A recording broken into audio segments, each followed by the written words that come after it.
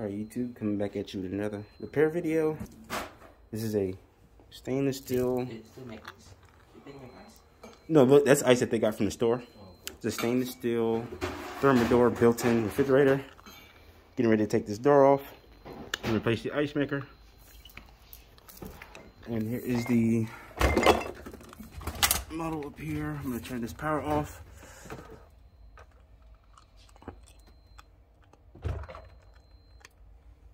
There we go. I'm just trying to...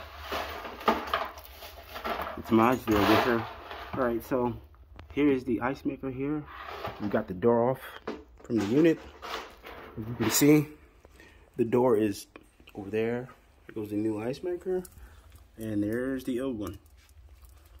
Alright, so here goes the old ice maker. And as you can see, there's still...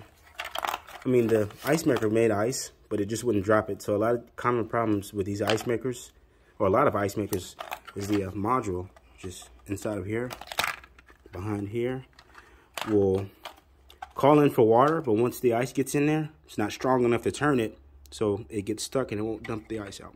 There you go.